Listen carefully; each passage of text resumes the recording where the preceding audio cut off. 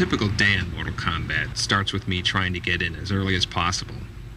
Most of the other guys in the team work late into the night, and in the morning I can get a few uninterrupted hours to program in the character's moves and plan things out for the rest of the day. Well, he takes his hat off, basically throws it, sticks in the other guy's face, then he kind of staggers there for a little while, falls back on his back, lays there twitching, and Kung Lao comes there and he lifts his foot up, steps on the guy's stomach, the hat flies up, he grabs it, and goes into like a cool pose. Then, starting at about 9 or 10, most of the others start pouring in. And from that point on, the insanity begins. Hello, Steve. Hey. What's going on? Oh, that looks cool. Wow, you did that all like last night or something? Yeah. Cool. I like that. I finished the SHANG really cool. Whatever that is. Just trying to get the whipping right. It looks cool when it goes back in his chest. My main role on the team is background design. You have the very European Gothic flying buttress and the very Asian tower top. I made this single element, which I'm going to repeat. Right now you can see I've got textures on the model, but they're merely placeholder textures. We got these hook swords. I don't know who's getting that, maybe Movado. Just a regular staff. And they're all taped up, so when we capture, we get the tonfa. The tonfa. The sai, of course you gotta have the sai. The regular broadsword. There's more laying around everywhere else. So. Welcome to Vogelland, where I'm doing Shang Tsung's fatality. I guess each time he hits, like, I think souls come out. You know, and go into Shang Tsung each time, or each time they go up in the air. I'm not quite sure how it's going to work. I just know what I have to do animation-wise. And Ed's going to say, okay, now the souls come out, and now they don't. Can you show me right where she makes impact, when she kicks him? Right here, you can stop. He doesn't. You don't even need him to do anything. Just don't even have him do any impact. This, if you can hand animate so she, you know, the impact repels her away. It's like a jerk like that, or we can do it in the game. Cyrex is gonna grind him up kind of like a blender. His doors are gonna open again, and body parts and blood and ripped up flesh is gonna come pouring out of his chest at the end. Tony's actually doing the bloody stumps and bloody pieces. I do a lot of the whatever effects is needed for someone if they're getting, say, cut in half or something like that. This would overlay on top, and this part up here I haven't done it yet. Just kind of beat a spinal column, so you get 2 in 1 here. You get a lot of good use of texture space. What experience do you have that would qualify you as motion capture talent? Rolling. Start now. More motion. They will be unstoppable. You must stop this deadly alliance. This was the acid bath. This is a concept drawing, and basically I wanted these statues here that had these churning bowls of acid inside it, and it's kind of like a Buddha, but demonized a little or something. It's a close-up, a head study. They would just gush out this vomit, this acid out of their mouth at the end of the round for a background fatality. It's tedious and trying to limit your geometry and still try to get a lot of detail. Blah. And I don't think he should have these subtle things. It should be like, ah. Making a video game today is almost nothing like when we worked on the first Mortal Kombat in 1991. Mortal Kombat 1 had 1 programmer, 2 artists, and a sound designer. That's it. 4 guys. Whereas on Deadly Alliance, we have a team of over 50 people.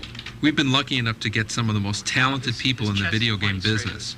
And on any given day, it's amazing how many different parts of the game are being worked on at the same time. A lot of what I do involves non-stop bouncing from office to office, checking out character and background designs, as well as all the technical hurdles we have to overcome.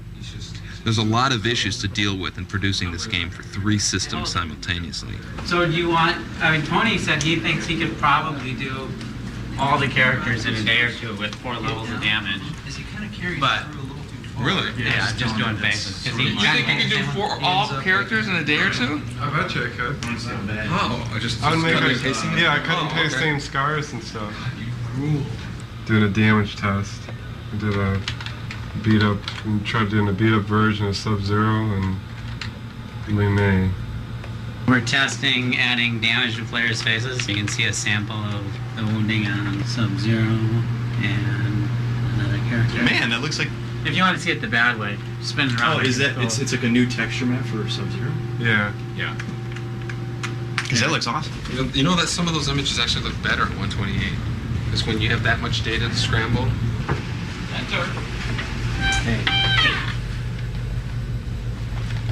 How's that coming?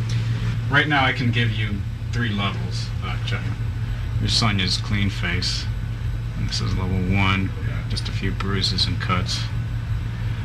2, I imagine, is the level that you're going to see the most in the game, and then 3 should be like just insane, just over the top. Just that's Looks the way good, to go. though. Yeah, that's a way. No, I mean, I think it's cool enough that that it's worth the effort. You know. Brutal. Yeah. You want for lunch today? I think I need to eat. let's go get Tony or somebody like that.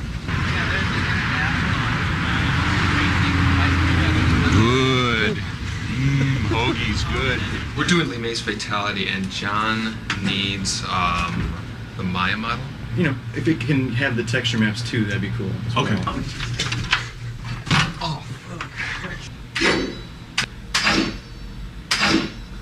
That's even the closest one right there. Usable? Yeah. Alright, I'll give him to Dan when he comes in next. Cool. Thanks. So it has digits in it, but that's what I'm showing. Right. That's the way. Oh. Oh, there you go. Look at And that. here's our test your mic problem. Warm-up animations. Go on, Jax. You can do it, Jax. Ah!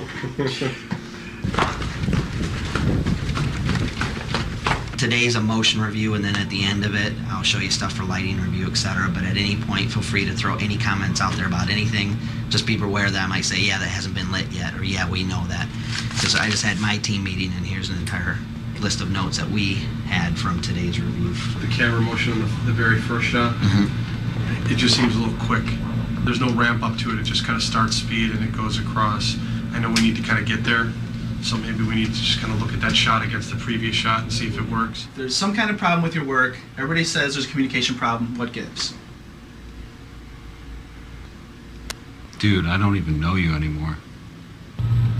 You can go, just kick right away. Okay. Then, but you know, do the for a good hook.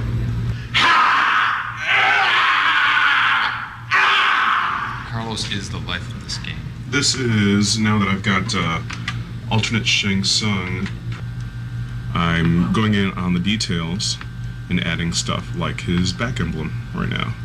And so whatever detail you see, you know, in terms of folds and wrinkles and stuff, is all in the texture. It'll hide a lot. Let's open up his eyes a little bit, and that'll show you. Now basically you can get a lot out of a few polys if you just weigh your vertices right. Okay, maybe you don't have to totally lunge out. Gotcha! I can't do this with these cameras here.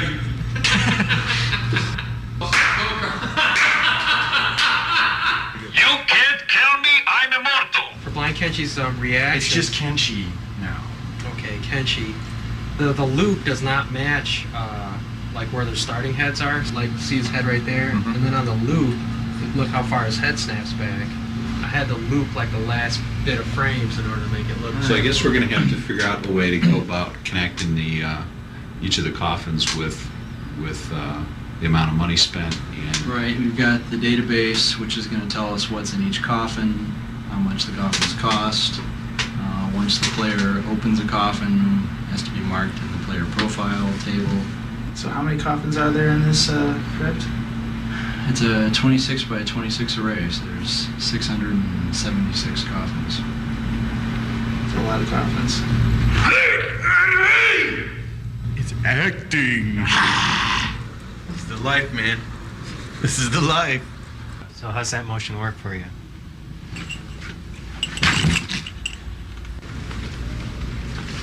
Things move so fast during one of our typical days that before you know it, the whole day's just flown by.